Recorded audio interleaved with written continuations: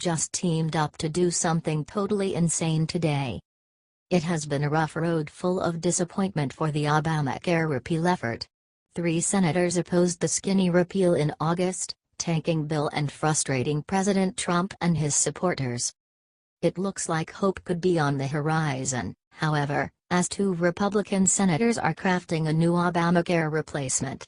Lindsey Graham, SC, and Bill Cassidy, LA, introduced a bill on Wednesday that would repeal Obamacare and give block grants to individual states, which would then decide how to pay for health care. President Trump did not address the specifics of the plan, but was happy the repeal effort was moving forward, saying, "I applaud the Senate for continuing to work toward a solution to relieve the disastrous Obamacare burden on the American people. As I have continued to say, inaction is not an option, and I sincerely hope that Senators Graham and Cassidy have found a way to address the Obamacare crisis. The bill must be introduced in 17 days to be passed with a simple majority. Later plans would have to be passed with 60 votes, which would be extremely difficult given the resistance in the Democratic Party." 4 Republicans are co-sponsoring the bill, and Dean Heller, NV, and Ron Johnson, which have also signed on to it. John McCain, Oz, who cast the deciding vote against the skinny repeal, has also signaled his approval of the new bill. "This is great news. President Trump is on board, and it sounds like we may be rid of Obamacare by the end of the month." H.T. Bloomberg.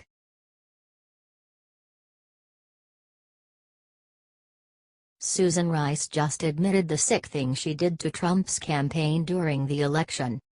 So it turns out that Susan Rice is exactly the liar we all knew she was. It turns out she lied when she told CNN earlier this year that she did not unmask Donald Trump campaign staff during the election. Well, forget that, because she just gave a private testimony to the House Intelligence Committee, and guess what? She admitted that she did unmask Trump campaign members during the election. But wait, why all? There's more. Rice claimed her reason for unmasking Trump officials was not because of Russia. Instead, it was because she was investigating why a prince of the United Arab Emirates was visiting with Kushner, Bannon, and Flynn without telling Obama first. So apparently their whole investigation started with a search into a prince of the UAE and then jumped to Trump and Russia. The UAE said that the meeting was simply an attempt to build a relationship between the future president of the United States and their country. If Rice and Obama were hiding something like this, though, it makes you wonder what else they could be hiding. Hell, here is the actual interview where Rice claims she didn't do the unmasking that she admitted to today. The media is trying to spin this story and make it against Trump. It is not against Trump. This is either her caught in a lie or the predecessor to something bigger than Watergate for the entire Obama admin.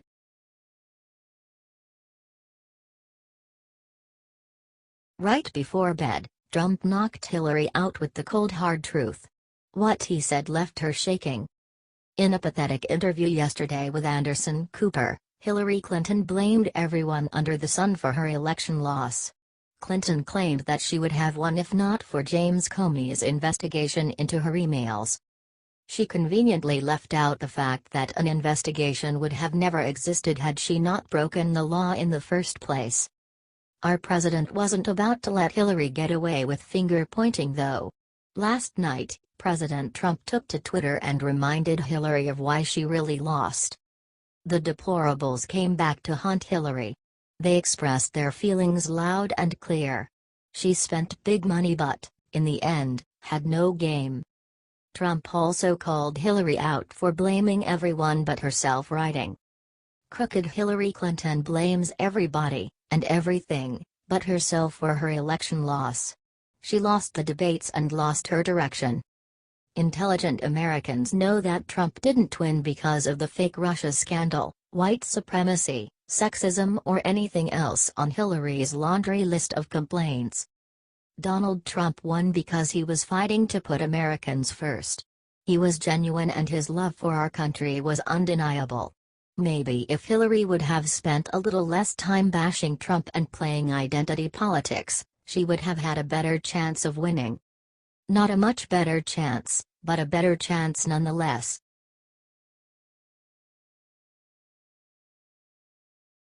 Right after Clinton Foundation shutdown, Obama starts up something devious of his own. It's only been a couple months since the Clinton Foundation was shut down and already the world seems a bit brighter. Well, it did, anyways, until today. Now ex-President Barack Obama is following in his mentor's footsteps and launching the first ever Obama Foundation Summit. The summit is happening in Chicago and will be a meeting of Obama's buddies and community organizers to strategize on how they should direct the world going forward. Obama actually announced his own summit, saying, "In the weeks and months ahead, we'll be kicking off more initiatives and opportunities for people like you to get involved with the Obama Foundation's mission. That mission is simple: we want to inspire and empower people to change the world." One of the big projects they are planning on working on this year is called Training Days. These days are essentially a way for Obama and his buddies to hijack the directionless leftist millennials and use them for their own bidding. Don't believe me? Their own official reason for the days was to teach young people how to put civics into action where they live. I think pretty much every sane, rational American realizes now that Obama divided our country in ways we never thought possible. Is it really a good idea to let him follow in the footsteps of Bill and Hillary Clinton and start his little initiative? Does America really need President Michelle Obama? If you all don't wanna see that happen, then help stop it by sharing this out and make people aware of what's going on behind the scenes. SmackDown: Sarah Sanders just said the one thing about universal health care liberals fear most. Reporters yesterday thought they were being really clever when they decided to ask Sarah Huckabee Sanders if President Trump would support Bernie Sanders' new universal health care plan as part of his new bipartisan effort. Ha ha ha. Yeah, right. Sarah shot back like a lightning rod, saying President Trump absolutely does not and will not support their single-payer health care system. But the assault did not end there. She said if America actually wanted single-payer health care, Bernie Sanders would be president right now. Sarah told the reporters in the room. The president, as well as the majority of the country, knows that the single-payer system that the Democrats are proposing is a horrible idea. Not only does the president not support it, but America doesn't support it, or Bernie Sanders would be sitting in the Oval Office right now. Now that right there is exactly why all of America does love seeing Sarah Huckabee lead a press conference. She lit those reporters up with some cold hard facts. But the Democrats should be more worried about if their own party even supports single-payer health care. I know a lot of their own top guys, like Chuck Schumer, have rejected the plan. Either way, Sarah Sanders crushed the BS so you could see the truth. Now it's your turn to help share it out to all your FB friends and let the world see.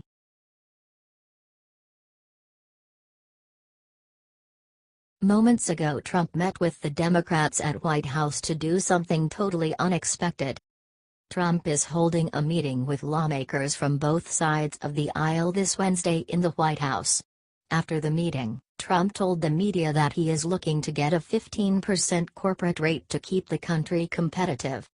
He says that he wants to focus on tax cuts for working-class Americans. He said that the rich may have to pay more money.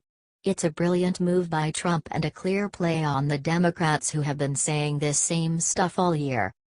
Trump will now meet with Democrat leaders tonight at the White House. President Trump plays chess and the rhinos and working with the Democrats to get things passed. Share this everywhere if you want Trump to lower taxes and make this country great again. Thanks for reading.